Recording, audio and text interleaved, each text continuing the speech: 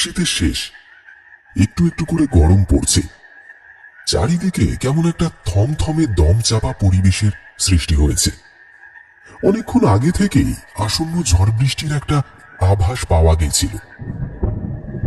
হঠাৎ দমকা হাওয়ায় খোলা দরজা জানালার দুর্দার শব্দে ছুটে গিয়ে সেগুলো বন্ধ করতে না করতেই বৃষ্টি শুরু হয়ে গেল। ওদিকে হাঁপুড়ের মতো ওঠানামা করছিল সুবিমলের জরাগ্রস্ত শীর্ণকায় শরীরটা। শেষ মুহূর্ত উপস্থিত হয়েছে তার। বাসব ছলছলে চোখে বন্ধু সুবিমলের শিয়রে দাঁড়িয়ে আছে। সুছন্দা স্বামীকে আঁকড়ে ধরে চোখের জলে ভাসছে। সুবিমলের গলা শুকিয়ে কাঠ হয়ে গেছে, হিক্কা তুলছে সে। তবু সেই মৃত্যুসজ্জায় অতি কষ্টে একটা হাত বাসবের দিকে তুলে কাঁপা কাঁপা স্বরে বলল,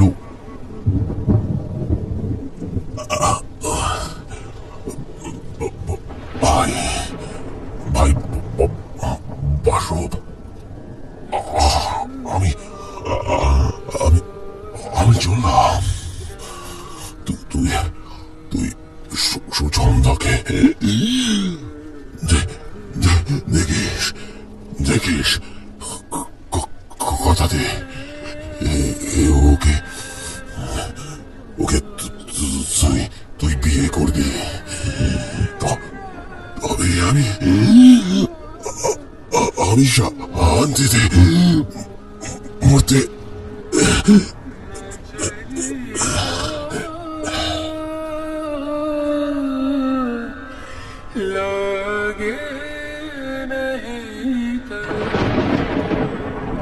কথাটা শেষ করতে পারল না সুবিমল, তার আগেই চলে গেল।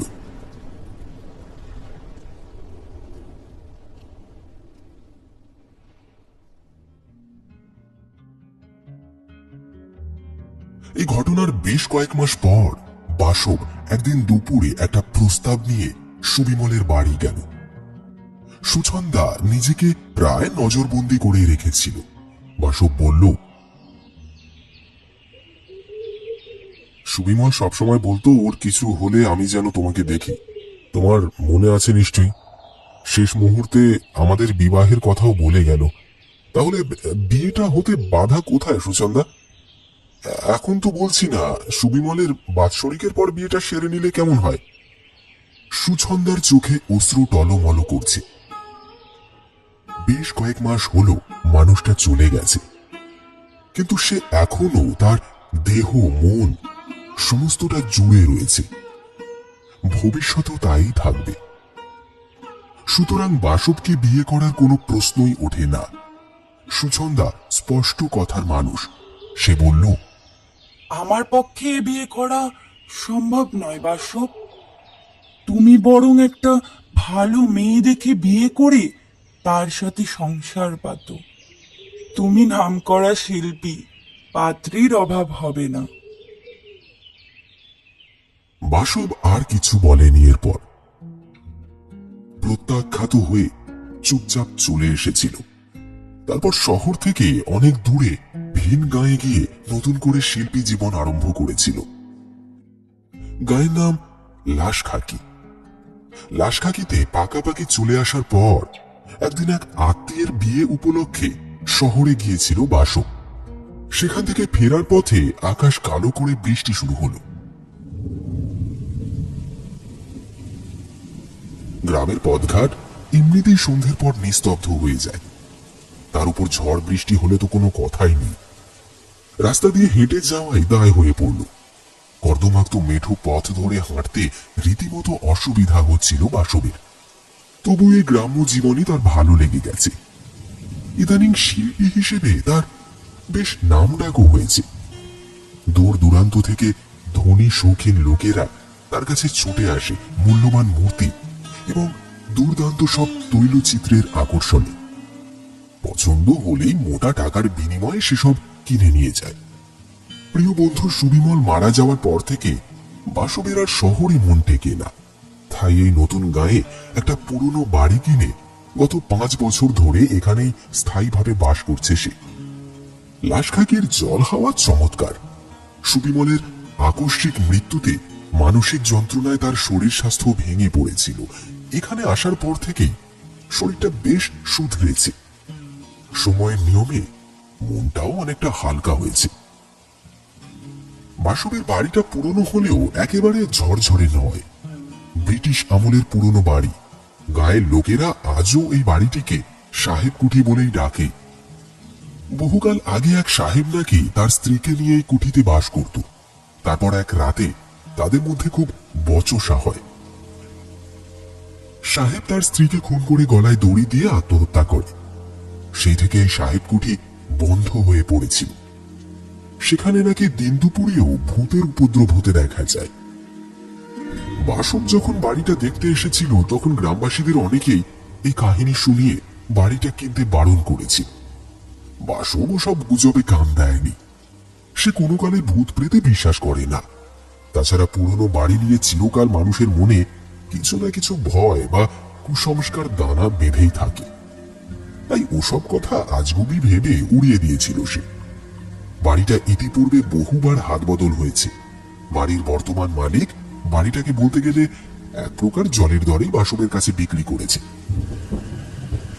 যাই হোক, জলকাদা ডিঙিয়ে বাসব যখন সাহেব কুঠিতে পৌঁছল তখন অনেকটা রাত হয়ে গেছে। উঠোনে জল থই থই করছে। বৃষ্টির রেশ কিছুটা কমলেও বাইরে এখনো ঝোড়ো হাওয়া বইছে। উঠোনটা পেরিয়ে রোয়াকে ওঠার মুখে একখানি টিউবওয়েল আছে। সেটা পাম্প করে হাত পা ধুয়ে বাসব রকে একটু জিরিয়ে নিতে বসল। বাস থেকে নেমে এতখানি হেঁটে আসতে গিয়ে ঘেমে নিয়ে গেছিল সে। তবে ঝোড়ো হাওয়ার দাপটে কিছুক্ষণের মধ্যেই পথের ক্লান্তি একেবারে দূর হয়ে গেল। রকে বসে ভবিষ্যতের চিন্তায় মশগুল হয়েছিল সে। ছবিঘরটা একটু সাজানোর দরকার। আশেপাশের গাঁয়ের বিত্তশালী ব্যক্তিদের কাছ থেকে অনেক সময় বেশ কিছু ছবির অর্ডার আসে, বিশেষ করে কোনো রাজমহল কিংবা জমিদার বাড়ি থেকে। ছবিঘরটা সাজালে দেখতেও ভালো লাগবে আর ক্রেতারাও আকৃষ্ট হবে। তবে সদরে নতুন সংগ্রহশালা খুলে কাজের কাজ হয়েছে বটে। না হলে ছবির বায়না দিতে পাড়া গাঁয়ের এত ভিতরে দূর দূরান্ত থেকে লোকজনের পক্ষে কি আসা সম্ভব হতো? ক্রেতাদের আকৃষ্ট করার জন্য সংগ্রহশালায় আরো কিছু নতুন ছবি আর মূর্তি রাখার দরকার আছে। কালকের মধ্যেই ব্যবস্থা করে ফেলতে হবে। রকে পা ঝুলিয়ে বসে এসব কথাই ভাবছিল বাসব। হঠাৎ বাড়ির দোতলায় খট করে একটা আওয়াজ হলো। বাসব ভাবল, কিসের আর আওয়াজ হবে? বাতাসের দাপটে ঘরের সিটকিনিটা খুলে পড়ে গেল মনে হয়। সিটকিনিটা জং ধরে কমজোরি হয়ে গেছে, ওটাকে পরে সারিয়ে নিলেই হবে। ভাবতে ভাবতে চোখটা লেগেই এসেছিল তার। কিন্তু আওয়াজটা ক্রমশই বাড়তে থাকায় ঘোর কেটে গেল তার। সে টের পেল খট খট করে এক টানা শব্দটা হয়েই চলেছে। আওয়াজটা আসছে দক্ষিণের ছবি ঘর থেকে। তড়াৎ করে এক লাফে রক থেকে উঠে পড়ল বাসব। কিন্তু দোতলার সিঁড়ি বেয়ে উঠে ছবি ঘরের কাছে পৌঁছতেই শব্দটা হঠাৎ থেমে গেল। টানা লম্বা বারান্দায় অন্ধকার চেয়ে আছে। ঝিঁঝি পোকার শব্দ ছাড়া আর কিছুই শোনা যাচ্ছে না। ছবি ঘরের তালা খুলে টর্চ জেলে চারপাশে চোখ বুলিয়ে নিল সে। সবকিছুই ঠিকঠাক আছে। জানালা দরজার কপাট বন্ধ। হাওয়া ঢুকে কিছুতে লেগে যে খটখট শব্দ হবে সেই উপায় নেই। তবু আরো একবার ভালো করে দেখে নিয়ে বারান্দায় বেরিয়ে এলো সে। এই বাড়িটার সব ঘরে লাইটের ব্যবস্থা নেই, ফলে সন্ধ্যের পর থেকেই বাড়িটা ঘুটঘুটে অন্ধকারে ছেয়ে থাকে। শোবার ঘরেই একমাত্র একটা টিমটিমে আলো জ্বলে শুধু। বাসব ঠিক করলো অন্তত বারান্দায় একটা আলোর ব্যবস্থা করে নেবে। কিছুক্ষণ অপেক্ষা করার পর আর কোনো শব্দ আসছে না দেখে বাসব নিচে নেমে যাচ্ছিল। ঠিক তখনই আবার সেই একটানা খটখট শব্দটা শুরু হলো।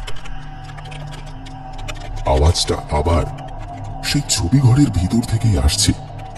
বাসবের মনে হলো কোনো ধেড়ে ইঁদুরের কারবার নয় তো। হ্যাঁ, তাই হবে। মনে হচ্ছে ওটা ইঁদুরের খুঁটখুট। তবে ইঁদুর ঢুকলে অনেক জিনিস নষ্ট হয়ে যেতে পারে। মূল্যবান মূর্তি ছাড়া ছবিগুলো রেশমের কাপড় দিয়ে ঢাকা দেওয়া আছে। তাছাড়া কার্পেটের উপর ছবি আঁকার দামি কাগজপত্র, কাপড়ের ক্যানভাস ইত্যাদি ছড়িয়ে ছিটিয়ে পড়ে আছে। ওগুলো কেটে দিলে অনেক ক্ষতি হয়ে যাবে, কিন্তু রাতের অন্ধকারে বেটা ইঁদুরকে খুঁজে পাওয়া যাবে কি? কোথায় ঘাপটি মেরে থাকবে তার তো কোনো ঠিক নেই। ঘরে গর্ত খুঁড়েছে নাকি কে জানে। সকালবেলা ঘরে ঢুকে সব জানালা দরজাগুলো ভালো করে দেখতে হবে। তবে এসব কথা ভাবলেও বাসব আরো একবার তালা খুলে ভিতরে ঢুকতে গেল। অমনি সঙ্গে সঙ্গে শব্দটাও আগের মতোই বন্ধ হয়ে গেল। কি যে ব্যাপার, বাসব ভেবে কোনো কুলকিনারা করতে পারল না। শেষে আর কিছু না ভেবে নিচে চলে গেল সে। এরকম বৃষ্টি বাদলার দিনে একটু খিচুড়ি খেতে মন চাইছিল বাসবের। আসার সময় স্টেশন থেকে কিছু সবজিও কিনে এনেছিল। তাই দিয়ে কেরোসিন স্টোভে দুটো চালে ডালে ফুটিয়ে নিল সে। মনে মনে ভাবল একটু ঘি ছড়িয়ে দিলেই চমৎকার খেতে লাগবে। যাই হোক, খাওয়া দাওয়ার পর্ব মিটে যাওয়ার পর টুকটাক কাজকর্মের মধ্যে ছবি ঘরের শব্দটার কথা একেবারেই ভুলে গেছিল সে। তারপর সময় মতো ঘুমিয়েও পড়েছিল। শেষ প্রহরে আচমকা একটা ভীষণ জোর শব্দে বাসবের ঘুমটা ভেঙে গেল। একটা ভারী কিছু পড়ে যাবার শব্দে রীতিমতন চমকে উঠল সে। ছবি ঘরের দিক থেকে শব্দটা এসেছে। কোনো মূর্তি পড়ে গেল না তো? কথাটা মনে হতে আর এক সেকেন্ড সময় নষ্ট না করে বাসব চাবিটা নিয়ে ঘর থেকে ছুটে বেরিয়ে গেল। কিন্তু ছবি ঘর খুলে ভিতরে সব অক্ষত অবস্থায় আছে দেখে তার ভারী আশ্চর্য লাগলো। এতটা ভুল সে কখনো শুনতে পারে না। ধীরে ইঁদুরের পক্ষেও অত ভারী ভারী মূর্তি ফেলে দেওয়া তো সম্ভব নয়। আশেপাশেও তেমন কোনো বাড়ি নেই যে সেখান থেকে শব্দটা আসবে। অথচ শব্দটা সত্যি সে শুনেছে। একটা বড় মোমবাতি জ্বালিয়ে ঘরটা খুঁটিয়ে খুঁটিয়ে দেখতে লাগলো সে। হঠাৎ বাসবের চোখ চলে গেল ঘরের পশ্চিম কোণে রাখা বিশাল বড় ওয়াইল পেন্টিংটার দিকে। সেদিকে তাকিয়ে বাসবের মনে হলো পেন্টিংটা থরথর করে কাঁপছে, আর আওয়াজটা ওখান থেকেই আসছে। তাড়াতাড়ি সেদিকে গিয়ে পেন্টিং এর ঢাকাটা সরাতেই বাসবের মাথা থেকে পা পর্যন্ত বিদ্যুৎ খেলে গেল। এই বিশাল তৈলচিত্রে সে তার প্রিয় বন্ধু সুবিমলের স্ত্রী সুছন্দাকে এঁকেছিল। ছবিটা অনেক কাঠখড় পুড়িয়ে পরিশ্রম করে তৈরি করেছিল সে।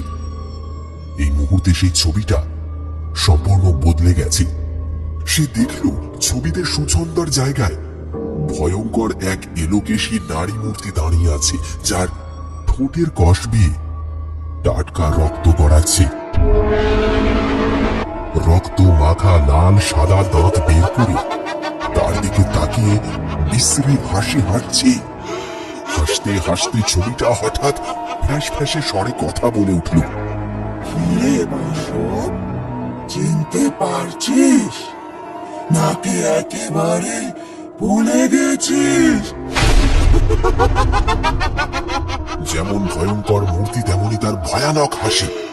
বাসব ছুটে পালাবার আগে ছবিটার ভিতর থেকে দুটো কুৎসিত হাত বেরিয়ে এসে তার গলা টিপে ধরল। তারপর আর কিছুই মনে নেই।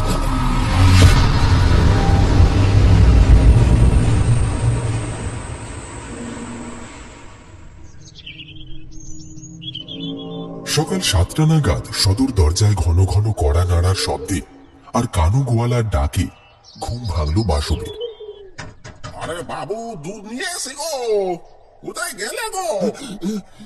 ধরফর করে উঠে বসে দেখল সে ছবি ঘরের মেঝেতে পড়ে আছে। আর কিছু ভাবার অবকাশ ছিল না তার। কানু চিৎকার করে ডাকছিল, তাই তাড়াতাড়ি নিচে নেমে দরজা খুলে দিল সে। কানু বলল, হ্যাঁ গো বাবু মশাই, আজ ঘুম ভাঙতে এত দেরি হলো যে? বাসব কাষ্ঠ হাসি হেসে বলল, ওই আর কি, শহর থেকে কাল ফিরতে রাত হয়ে গেছিল, খুব ক্লান্ত ছিলাম, তাই উঠতে দেরি হয়ে গেল। যাক, ভালোই হয়েছে। এই দিয়ে গেলুম, হ্যাঁ? আসি বাবু। কানু চলে যাবার পর দরজায় কপাট বন্ধ করে দুধ নিয়ে রান্নাঘরের দিকে যাওয়ার সময় তার চোখ চলে গেল ইদারার দিকে। ইদারার ঢাকনাটা সরানো রয়েছে দেখে বাসব অবাক হয়ে গেল। ঢাকনাটা তো গতকাল রাতেও চাপা দেওয়া ছিল। দুদিন থাকবে না বলে সে ঢাকনাটা এঁটে দিয়ে গেছিল। জোরে ঝড় হলেও ওই ঢাকা সহজে নড়ে না। তাছাড়া একপাশে আংটা লাগানো আছে, সেটা টেনে সরাতে হয়, তবেই ঢাকা খোলে। তাহলে ওটা সরালো কে? বাইরে থেকে কোনো লোক পাঁচিল ডুবকে জল নিতে আসেনি তো? কিন্তু তাই যদি হতো, তাহলে জল নিয়ে অত উঁচু পাঁচিল টপকাতো কি করে? তাহলে তো ইদারার চারপাশে জল পড়ে থাকতো। তবে খটকা লাগলেও সেই চিন্তা বেশিক্ষণ স্থায়ী হলো না। দুধ জাল দিতে বসিয়ে তরকারির সবজি কাটছিল বাসু। হঠাৎ খট করে একটা আওয়াজ হতেই গতকাল রাতের সেই ইঁদুরের খুটখুটানির কথাটা মনে পড়ে গেল। তারপরে ছবি ঘরের সেই ভয়ঙ্কর দৃশ্যটা মনে করে তার হাত পা ঠান্ডা হয়ে গেল। কিন্তু ওই ঘটনা যদি সত্যি হতো, তাহলে তো এতক্ষণে মারা গিয়ে চিতায় ভস্মীভূত হয়ে যাবার কথা ছিল, অথচ সে তো এখনো বহাল তবিয়তে রয়েছে। তার মানে শব্দ শুনে ঘুম চোখে ছবি ঘরে গিয়ে ভুলভাল দৃশ্য দেখেছিল, তারপর ভয়ে ওখানেই ভিমড়ে খেয়ে পড়ে গেছিল। নিজের কাণ্ডকীর্তির কথা ভেবে নিজেই হেসে উঠল বাসু। এরপর চা খেয়ে একটা ঝাড়ন নিয়ে ছবি ঘরে চলে গেল সে। ছড়িয়ে ছিটিয়ে থাকা রং, তুলি, ইজেল, ক্যানভাস সব সুন্দর করে সাজিয়ে গুছিয়ে একটা বড় ট্রাঙ্কের মধ্যে ঢুকিয়ে দিল। তারপর ছবি ও মূর্তিগুলোর ঢাকা খুলে ঝাড়ন দিয়ে সেগুলো ঝাড় পোঁছ করতে লাগলো।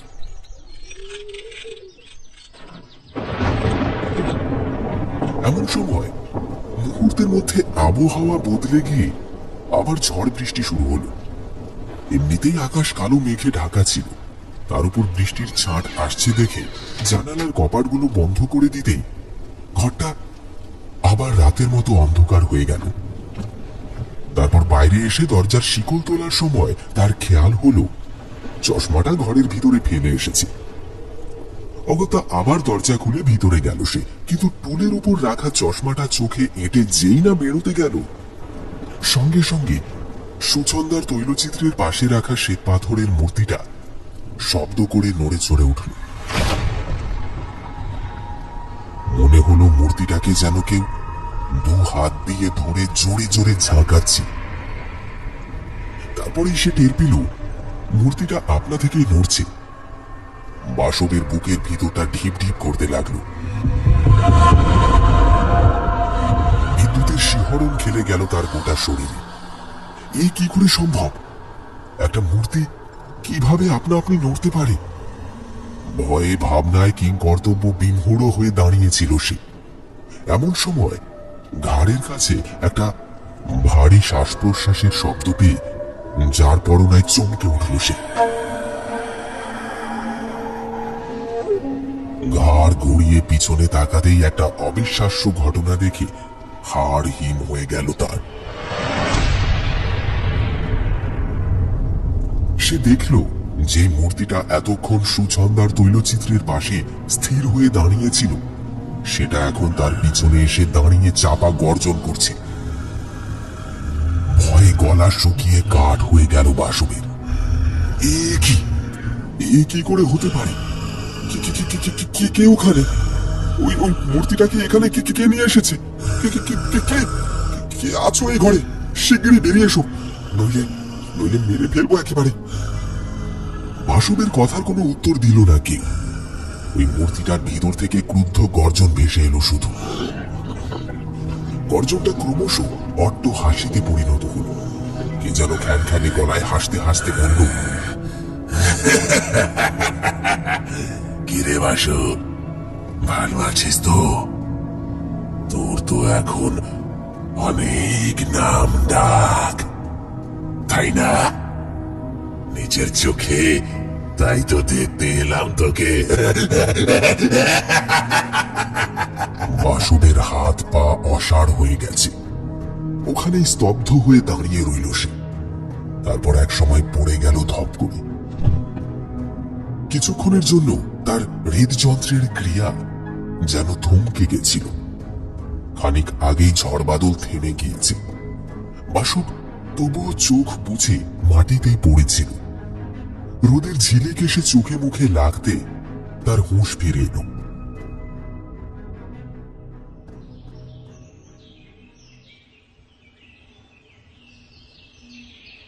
ধীরে ধীরে চোখ মেলে তাকিয়ে দেখল সে ছবি ঘরের মেঝেতেই পড়ে আছে।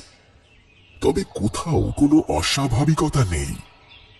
তবু ভয়ে ভয়ে একবার পশ্চিম কোণে তাকালো সে। লক্ষ্য করে দেখল মূর্তিটা সুছন্দার ছবির পাশে যেমন ভাবে রাখা ছিল ঠিক তেমন ভাবে স্থির হয়ে দাঁড়িয়ে আছে। তাহলে কি সে আবার কোনো দুঃস্বপ্ন দেখল? এই ছবি ঘরে এলেই তার সাথে এমন সব অদ্ভুতুরে ঘটনা ঘটে যাচ্ছে, অথচ এ বাড়ির অন্যান্য ঘরে গেলে সব ঠিকঠাক থাকছে। এমন অদ্ভুত ঘটনার কারণ কি হতে পারে? এক রাশ দুশ্চিন্তা গ্রাস করল বাসবকে। মাথার ভিতরটা কেমন যেন দপদপ করে উঠল তার। তার মনে হলো সে কি তবে পাগল হয়ে যাচ্ছে? রাতের অন্ধকারে ভুল দেখা কিংবা ভুল কিছু শোনা তবু মেনে নেওয়া যায়, কিন্তু কিন্তু ঘর অন্ধকার হলেও সাত সকালে এতটা ভুল কি করে দেখতে পারে? জেগে থেকে কি করে এতটা অনেক কল্পনা করতে পারে? সাহেব কুঠিতে কি তাহলে সত্যি ভূত আছে? মূর্তিটা তো তখন পুরুষ কণ্ঠে কথা বলে উঠেছিল। সেটা মনে পড়তেই বুকটা ছ্যাদ করে উঠল বাসবের। তাহলে কি সাহেবের ভূত বাসা বেঁধেছে ওই মূর্তিটার মধ্যে? লোকে যে বলে সাহেব তার স্ত্রীকে গলা টিপে খুন করে নিজেও আত্মহত্যা করেছে, তাহলে কি সুদূর অতীতে এই ঘরেই সেই ঘটনাগুলো ঘটেছে? কানু এ বাড়ির ব্যাপারে অনেক কিছু জানে, ওকে ডেকে একবার জিজ্ঞেস করতে হবে। এর আগে কানুর কথা সে আজগুবি বলে হেসে উড়িয়ে দিয়েছিল, কিন্তু গতকাল থেকে যা সব ঘটনা ঘটছে তাতে মনে হচ্ছে ও কিছু মিথ্যে বলেনি।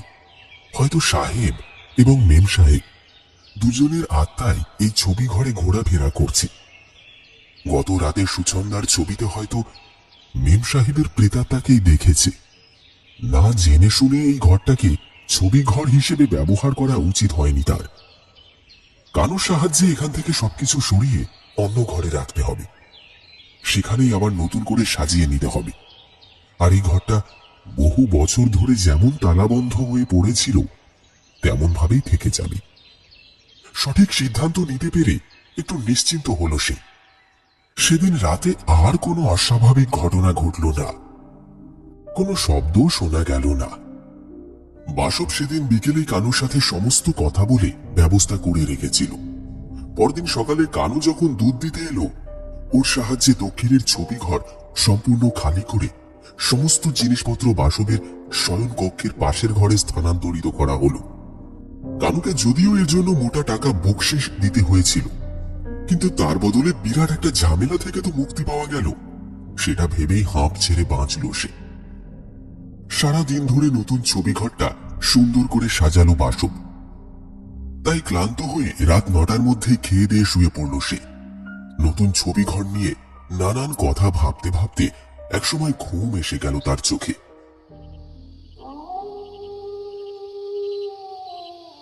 গভীর ঘুমে আচ্ছন্ন হয়ে পড়েছিল বাসব। হঠাৎ রাত 12টা নাগাদ শোঁ শোঁ করে একটা ঝোড়ো হাওয়া বইতে শুরু করলো। কিছুক্ষণের মধ্যেই তা প্রবল ঝড়ের আকার নিয়ে ঘরের ভিতর ধেয়ে এলো। কানের কাছে বিশ্রী একটা আওয়াজ হতেই বাসবের ঘুমটা ভেঙে গেল। সে দেখল ঘটাং ঘটাং শব্দ তুলে টানা লম্বা পাখাটা ধীরে ধীরে বন্ধ হয়ে যাচ্ছে। জানালার কপাটগুলো দুমদাম শব্দ করে খুলছে আর বন্ধ হচ্ছে। ঘরের মাঝ বরাবর কাঁচের ঝাড়বাতিটা জোরে জোরে তুলছে। সে বিছানা থেকে নেমে শিয়রের জানালা দুটোর হুড়কো এঁটে দরজার দিকেই আসছিল, কিন্তু তার আগেই দমকা হাওয়া লেগে ঝাড়বাতিটা ঝনঝন করে ভেঙে টুকরো টুকরো হয়ে গেল। আর একটু এদিক ওদিক হলেই তার মাথায় ভেঙে পড়ত।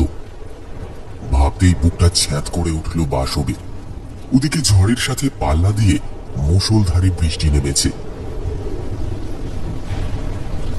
হাজার চেষ্টা করেও সে দরজাটাকে বন্ধ করতে পারল না।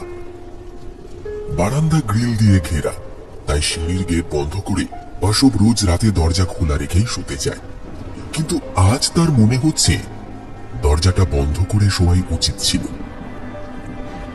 দরজাটা বন্ধ করতে যতবার সামনে যাচ্ছে ততবারই মনে হচ্ছে ঝড়ের দাপটে সে নিচেই উড়ে যাবে। আর সত্যি উড়ে গিয়ে গ্রিলে যদি ধাক্কা খায়, সঙ্গে সঙ্গে মাথা ফেটে একেবারে চৌচির হয়ে যাবে। তবু শেষ চেষ্টা করতে আরো একবার দরজাটা বন্ধ করতে গেল সে। আর তখনই তার চোখে পড়ল নতুন ছবি ঘরের দরজাটা খোলা রয়েছে। সে ঘরেও ক্রমাগত খটখট করে আওয়াজ হয়েই চলেছে। মূর্তি আর ছবিগুলো একটা আরেকটার উপর ভেঙে পড়ে চুরমার হয়ে যাচ্ছে। প্রথমে তার মনে হলো ঝড়ের দাপটে বুঝি ওগুলো পড়ে গেছে। তারপর খেয়াল হলো ছবি ঘরের জানালাগুলো পাটে পাটে বন্ধ রয়েছে, এক চুল হাওয়াও নেই সেখানে। তাছাড়া সে নিজে হাতে শোবার আগে তালা দিয়ে গেছে। কথাটা মনে হতে আঁতকে উঠল সে। তালা দেওয়া দরজাটা কিভাবে খুলে যেতে পারে? হঠাৎ সুছন্দার ছবি থেকে দুটো জ্বলন্ত আগুনের গোলা বেরিয়ে এসে পাশের মূর্তিটাকে ঘিরে ঘুরপাক খেতে লাগলো।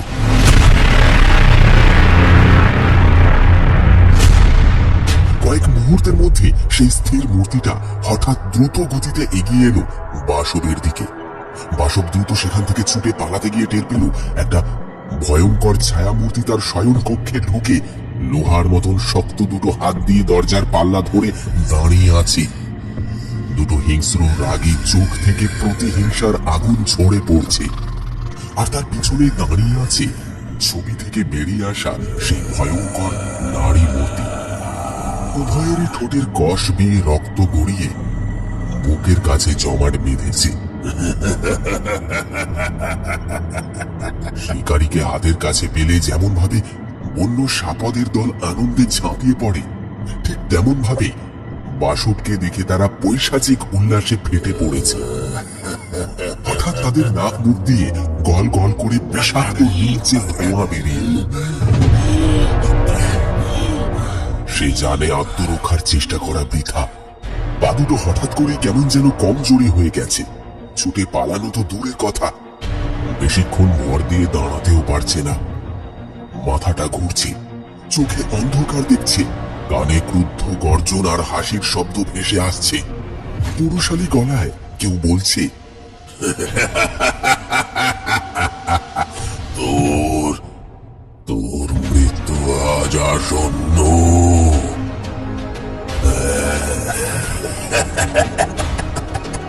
তোর তোর মৃত্যুক্ষণ উপস্থিত হয়েছে।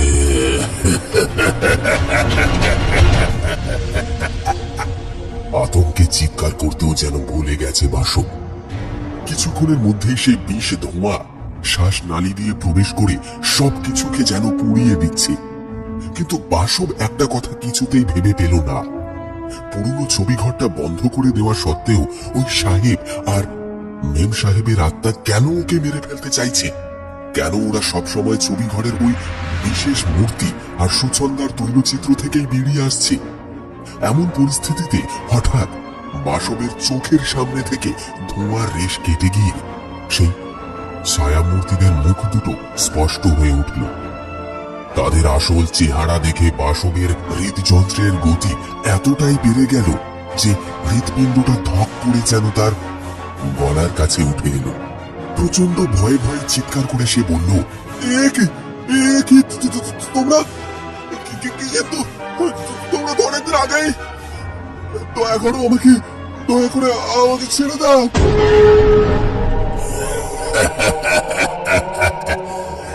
এতক্ষণ এতক্ষণে চিনতে পারলি আমাদের? কি ভেবেছিলি তুই?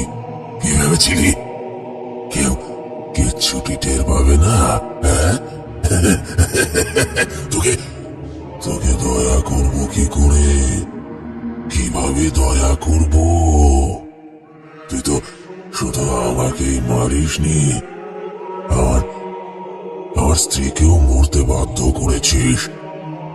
তোর কথা অগ্রাহ্য করেছিল বলে কতগুলো নরকের কীটকে পাঠিয়েছিলি ওর একাকিত্বের সুযোগ নিয়ে ওকে কলঙ্কিত করে দিতে।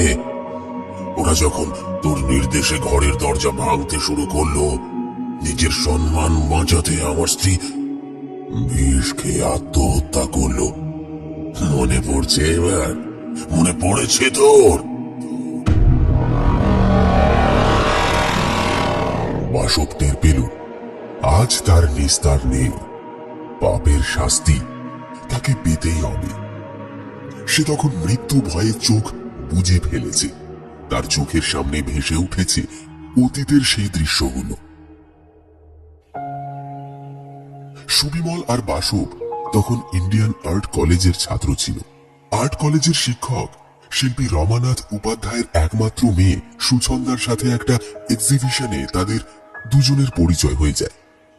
সুছন্দা নিজেও একজন শিল্পী ছিল। সে সুবিমল আর বাসবের শিল্পকর্মের কদর করত। তিনজনের মধ্যে বন্ধুত্বের সম্পর্ক গড়ে উঠল। তারপর একদিন ধুমধাম করে সুবিমলের সাথে সুছন্দার বিয়ে হয়ে গেল। সুবিমল ছিল নামকরা চিত্রকর এবং দক্ষ মূর্তি নির্মাণ শিল্পী। তার আশ্চর্য শিল্পকর্মের মধ্যে সবচেয়ে সেরা সৃষ্টি ছিল মাতা মেরির কোলে শায়িত সদ্যজাত যিশুর একটি সোনার মূর্তি, যেটা একসময় গোটা বিশ্বের সাড়া ফেলে দিয়েছিল। সেই আশ্চর্য মূর্তি আর তার সৃষ্টিকর্তাকে দেখে সুবিমলের বাড়িতে ভিড় জমিয়েছিল কৌতূহলী জনতারা। সরকারের তরফ থেকে সুবিমলকে পুরস্কৃত ও সম্মানিত করা হয়েছিল। সকলের অনুরোধে মূর্তিটা কিছুকাল ভারতের বিভিন্ন প্রান্তে এক্সিবিশনে পাঠানোর পর অবশেষে সুবিমলের নিজের বাড়ির সংগ্রহশালায় স্থান পেয়েছিল। সুবিমল নিজেই সেই সৃষ্টিকে বেচে দিতে চায়নি, বিশেষ স্মৃতিচিহ্ন হিসেবে রেখে দিয়েছিল নিজের সংগ্রহশালায়। পৃথিবীর বিভিন্ন প্রান্ত থেকে ধনী ব্যক্তি তথা ক্রেতারা এসে বিরাট দাম হেঁকেও শেষে ব্যর্থ হয়ে ফিরে যেত। কিন্তু ভাগ্যের ফেরে সুবিমলের তৈরি সেই সোনার মূর্তিটা একদিন রাতারাতি কোথায় যেন উধাও হয়ে গেল। ওই ঘটনার পর থেকে মানসিকভাবে বিপর্যস্ত সুবিমল ভিতরে ভিতরে ক্ষয়ে যেতে লাগলো। আর ঠিক সেই সুযোগটাকেই কাজে লাগিয়ে তাকে স্লো পয়জন করা শুরু হলো। প্রতিদিন তার খাবারে অল্প অল্প করে বিষ মিশিয়ে অচিরেই তাকে শয্যাশায়ী করা হলো। সবসময় একটা আচ্ছন্ন ভাব, ক্লান্তি, মাথা ঘোরা, জ্বর, পেটে ব্যথা, ক্ষুধামান্দ, কলেরা, হুপিং কাশি ইত্যাদির লক্ষণগুলো দিনকে দিন প্রকট হয়ে উঠল। ক্রমশই মৃত্যুর দিকে এগিয়ে যেতে লাগলো সে। প্রথমে সাধারণ জ্বর আর পেট খারাপ ভেবে চিকিৎসা চলছিল।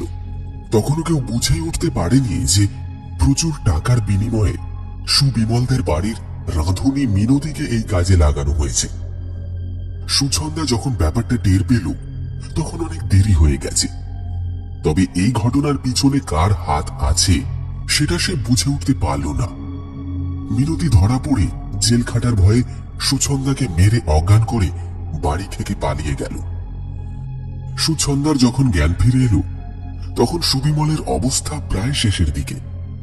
সেই রাতে সুবিমল চলে গেল। মৃত্যুর আগে প্রিয় বন্ধু বাসবের হাত ধরে বলে গেল সে যেন সুছন্দাকে বিয়ে করে।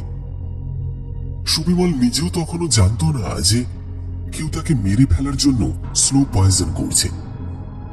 সুবিমলের নাম যশ চারিদিকে এমন ছড়িয়ে পড়েছিল যে বাসবকে কেউ শিল্পী হিসেবে তেমন মান্যগণ্য করত না। সবাই সুবিমলের সৃষ্টির প্রশংসা করত। বাসব ধীরে ধীরে ঈর্ষান্বিত হয়ে পড়ল। দিনের পর দিন সুবিমলের পসার বেড়েই চলছিল। গাড়ি, বাড়ি, ব্যাংক ব্যালেন্স, তার সাথে উপরি পাওনা হিসেবে নানান পুরস্কার, সম্মান, উপাধি লাভ, সব মিলিয়ে সুবিমল বহু জনের ঈর্ষার পাত্র হয়ে উঠেছিল।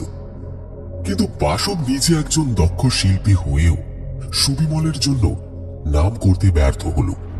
এই আত্মগ্লানি তাকে কুড়ে কুড়ে খাচ্ছিল। তার তেমন পসার ছিল না। এছাড়াও তার বরাবর নজর ছিল সুবিমলের সুন্দরী স্ত্রী সুছন্দার উপর। সে বহুবার সুছন্দাকে নানান রকম প্রস্তাব দিয়েছিল, কিন্তু সুছন্দা তাকে পাত্তা দিল না। সুবিমলের সাথে ভালোবাসার সম্পর্ক গড়ে তুলল। তারপর সুছন্দা যখন সুবিমলকে বিয়ে করার সিদ্ধান্ত নিল, তখন বাসব আর সহ্য করতে পারল না। সুবিমল আর সুছন্দার বিয়েটা আগুনে ঘি ঢালার মতন কাজ করল। সে তার প্রতিদ্বন্দ্বীকে পৃথিবী থেকে সরিয়ে দেবার সিদ্ধান্ত গ্রহণ করল। সুবিমলের বিশ্বাসের সুযোগ নিয়ে বাসব তার সবচেয়ে শ্রেষ্ঠ কীর্তি, সে সোনার মূর্তিটাকে চুরি করে নিজের তৈরি একটা শ্বেত পাথরের মূর্তির ভিতর ঢুকিয়ে সেটাকে সিল করে রেখে দিল। সুবিমল বা সুছন্দা কেউই সেটা ঘুণাক্ষরেও টের পেল না। সুবিমল যখন মূর্তিটা হারিয়ে প্রচন্ড মানসিক যন্ত্রণায় ভেঙে পড়ল, সেই সুযোগেই মিনতিকে হাত করে সুবিমলকে স্লো পয়জন করে মেরে ফেলার পরিকল্পনা করে ফেলল। সুবিমলকে হত্যার পর সুছন্দাকে বিয়ে করে তার বিশ্বাস অর্জন করে সুবিমলের সমস্ত শিল্পকীর্তি, নাম, অর্থ, সম্পদ সবকিছু নিজের নামে করে নেওয়াই ছিল বাসবের অন্যতম উদ্দেশ্য। এদিকে সুছন্দাকে বিয়ের প্রস্তাব দিয়ে সে প্রত্যাখ্যাত হল। সুছন্দা বিয়েতে রাজি না হওয়ায় পোষা গুন্ডাদের পাঠিয়ে কলঙ্কের ভয় দেখিয়ে তাকে নিজের করায়ত্ত করতে চেয়েছিল বাসব। কিন্তু এর ফল হলো উল্টো। সুছন্দা নিজের সম্মান রক্ষার্থে আত্মহননের পথ বেছে নিল। সে বাসবের সব কীর্তিকলাপ ধরে ফেলেছিল। সুবিমলকে যে বাসব স্লো পয়জন করে মেরে ফেলছে সেটাও সে জানতে পেরে গেছিল। নিজেকে বাঁচাতে সে যখন বিষ খেয়ে আত্মহত্যা করল, সেই মৃতদেহ লোপাট করে সবার অলক্ষ্যে বাসব আগুনে পুড়িয়ে ফেলেছিল। এমনিতে সুবিমলের মৃত্যুর পর থেকে সুছন্দা নিজেকে নজরবন্দি করে ফেলেছিল। এতে বাসবের সুবিধাই হলো। সবাই ভাবল সুবিমলের দুঃখে সুছন্দা বদ্ধ উন্মাদ হয়ে বাড়ি থেকে বেরিয়ে কোথাও চলে গেছে। এরপর একদিন রাতের অন্ধকারে সুবিমলের তৈরি সমস্ত মূর্তি, ছবি, এমনকি সুছন্দার সেই তৈলচিত্রটাও উঠিয়ে নিয়ে লাশখাকি গায়ে পাড়ি দিল সে। সে ভেবেছিল যদি কখনো আসল সত্যিটা প্রকাশ্যে আসে, তাহলে প্রত্যন্ত গ্রামের শালমহুয়ায় ঠাসা জঙ্গলের ভিতরে এই ভাঙাচোরা পুরনো বাড়িটাতে গা ঢাকা দিলে পুলিশ বা প্রশাসন কেউ তার নাগাল পাবে না। কিন্তু সে এটা ভুলে গেছিল যে মানুষের চোখকে ফাঁকি দিতে পারলেও আত্মার কবল থেকে রেহাই পাওয়া যায় না।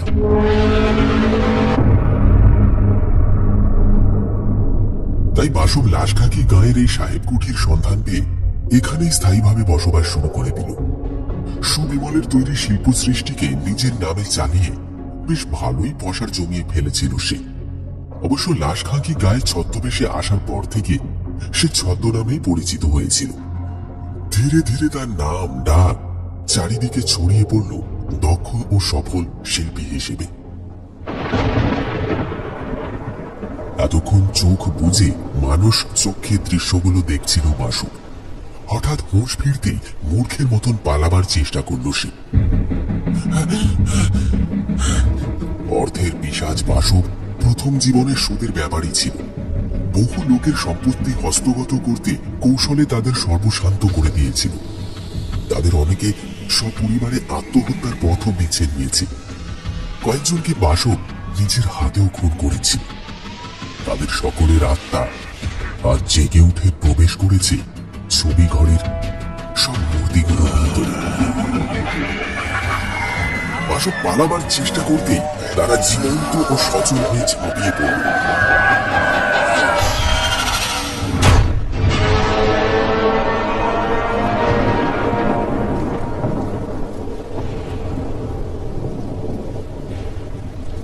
বাসবের ভবলীলা সাঙ্গ হয়ে গেল মাত্র কয়েক সেকেন্ডের মধ্যেই।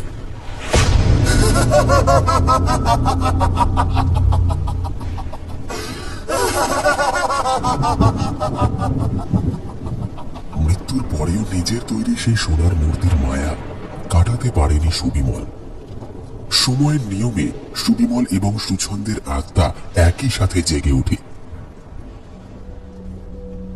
বাসবের ওপর চরম প্রতিশোধ নিতে সুবিমলের আত্মা বাসা বাঁধে ওই ওই মূর্তিটার ভিতরে, আর তৈলচিত্রে ভর করে সুছন্দার আত্মা। আজ তাদের অতৃপ্ত আত্মা শান্তি পেল চিরদিনের জন্য। তারা এক হয়ে মিলে গেল পৃথিবীর ওপারে।